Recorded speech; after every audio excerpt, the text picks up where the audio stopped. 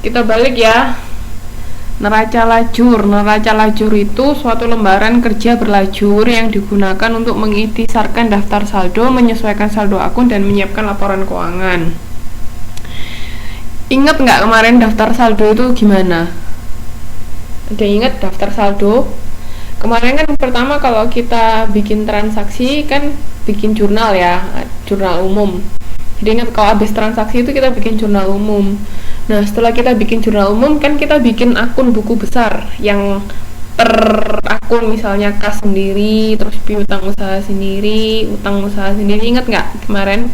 Nah, itu kan akun buku besar. Nah, setelah dari akun masing-masing kan tahu kan, misalnya tadi kas yang didebit berapa, sama misalnya contohnya kas ya. Kas yang didebit berapa, terus kas yang dikredit berapa. Nah, setelah itu kan, setelah dari debit dikurangi kredit, kan ketahuan. Misalnya kalau kas kan debitnya lebih banyak, berarti saldo debit itu kan berarti kita masih punya kas. Nah, itu kan namanya saldo akhir. Nah, saldo akhir itu kan masuk ke daftar saldo. Ingat nggak? Ingat nggak semua? Saldo akun normal masih ingat nggak? Halo? Iya, jadi daftar saldo itu ya, ini kan ya di neraca lajur itu ada 10 kolom debit kredit. Itu ada 5 poin penting, yaitu pertama daftar saldo, penyesuaian, daftar saldo penyesuaian, laba rugi, sama neraca. Nah, ini tolong diperhatikan ya, di sini nih basicnya harus kuat kalau di sini. Jadi ingat, kemarin kan kita kalau ada yang namanya transaksi, kita kan bikin jurnal umum. Ingat kan yang debit sama kredit, yang kalau debit di atas terus kredit tapi agak menjorok sedikit. Nah, ingat kan transaksi itu kemarin bikin jurnal umum? Halo? Ingat nggak? Oke, kok nggak ada yang jawab ya? Nah, saya lanjutkan ya. Setelah kita bikin jurnal umum, kan habis itu kita masuk ke bikin akun-akun buku besar. Jadi kumpulan akun-akun yang dipisahkan kas sendiri, terus piutang usaha sendiri, peralatan, persediaan, dan lain-lain. Nah, itu basicnya kita harus ingat akun normal kan. Kalau misalnya contohnya akun buku besarnya kas ya. Akun buku besarnya kan kas, berarti kan debit sama kredit. Kalau kas kan harusnya akun normalnya di debit. Nah, berarti setelah debit dikurangi kredit, kalau masih ada saldo debit, berarti kan kita masih punya sisa kas. Nah, itu nanti masuk ke daftar saldo. Ini di kolom pertama ini. Sama halnya sama utang. Kalau utang kan saldo akun normalnya di kredit. Berarti kalau kredit dikurangi debit, masih tetap banyak kredit. Berarti kita masih punya utang. Nah, itu juga dimasukin sini. Jadi saldo akhir dari akun buku besar itu, ingat kan? Saldo akhir dari akun buku besar itu kita masukkan ke daftar saldo ini. Jadi semua akun ini yaitu tadi kas apa kita masukkan di sini. Sampai sini paham? Ada yang mau ditanyakan? Jadi ingat, pertama kalau ada transaksi kita bikin jurnal umum.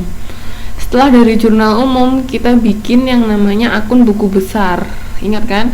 Nah, setelah akun buku besar kan ketahuan saldo akhirnya dari masing-masing akun itu tadi. Itu kita masukkan ke daftar saldo di sini.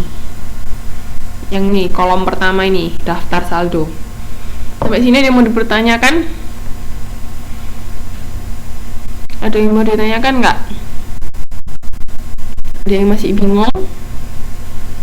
Mbak sama Pak RT? Ada yang mau ditanyakan? Oke. Nah, setelah ada daftar saldo, kita kan ada beberapa transaksi yang harus kita sesuaikan. Ingat kan kemarin transaksinya apa aja? Sudah ada di modul 2. Nah, setelah itu kita bikin penyesuaian, ya kita tulis di sini penyesuaiannya. Setelah itu daftar saldo penyesuaian ini ya setelah daftar saldo dikurangi sama penyesuaian kalau ada transaksi penyesuaian. Namanya daftar saldo penyesuaian. Jadi ini saldo-saldo setelah kita melakukan penyesuaian. Jadi kalau misalnya di daftar saldo terus ada akun, misalnya akun kas ada penyesuaiannya, ya berarti kita sesuaikan. Nanti daftar saldo penyesuaian ini jumlahnya beda sama daftar saldo ini karena ada penyesuaian. Oke. Setelah dari daftar saldo penyesuaian, kita pisahkan lagi ke laba rugi atau neraca. Ingat gak yang masuk laba rugi itu apa? Yang masuk ke laba rugi apa? Ingat gak?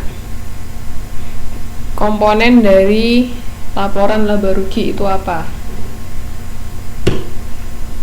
Ada yang ingat? Gak boleh lupa loh.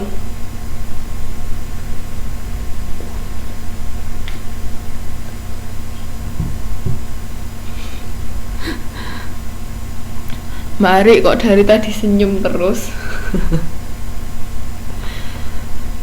Oke, pendapatan sama beban ya Pak RT, bukan pengeluaran tapi pendapatan sama beban.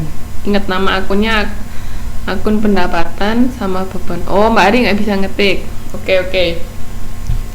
Nah, jadi dari daftar saldo penyesuaian ini yang namanya akun pendapatan sama akun beban itu masuk ke laba rugi.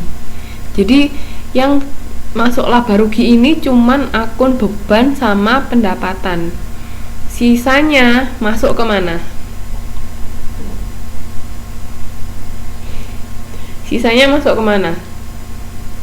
Kan yang masuk kolom laba rugi kan cuman pendapatan sama beban. Nah, kan padahal masih banyak akun-akun yang lain nih di daftar saldo penyesuaian. Sisanya masuk kemana kira-kira? Ada yang tahu nggak? Sisanya masuk kemana? Betul, Mbak Is, betul. Jadi akun-akun selain pendapatan sama beban itu masuknya ke neraca. Ini loh, kan tinggal kolom terakhir kan, otomatis ya udah dimasukin ke sini. Jadi selain pendapatan sama beban masuknya ke neraca. Oke. Sampai sini ada yang mau ditanyakan? Ini gambaran garis besar tentang yang namanya neraca lajur. Jadi neraca lajur itu ada 10 kolom sama 5 poin penting, yaitu daftar saldo penyesuaian sama daftar saldo penyesuaian, laba rugi sama neraca. Ada yang mau ditanyakan nggak sampai sini? Ada? Kalau ada kita lanjut ya.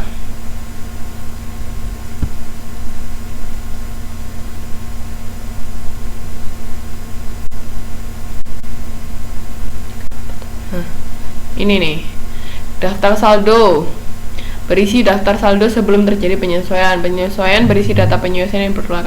Ini tadi sudah saya itu kan. Nah, oke, sekarang ini ada tambahan. Yang namanya pendapatan sama beban itu namanya akun nominal. Akun nominal. Tapi yang neraca yang ada akun-akun selain pendapatan sama beban itu namanya akun real. Kenapa begitu? Ada yang bisa jawab nggak? Kenapa kok laba rugi beban sama pendapatan itu termasuk akun nominal, sedangkan sisanya yang masuk neraca itu akun real? Ada yang bisa menjelaskan? Kenapa satunya disebut akun nominal, sedangkan satunya disebut akun real?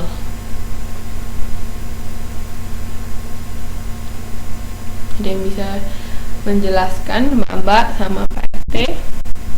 Silahkan. Ayo, coba dijawab. Kenapa kok yang pendapatan sama beban disebut akun nominal, sedangkan neraca disebut akun real? Ada yang bisa menjelaskan?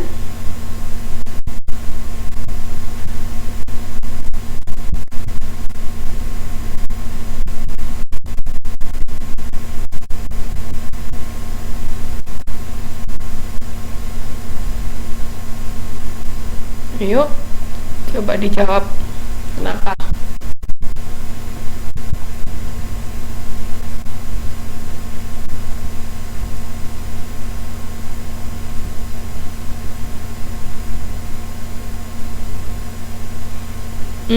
Memang, tapi kenapa kok disebutnya itu akun nominal dan satunya akun real? Ada yang tahu?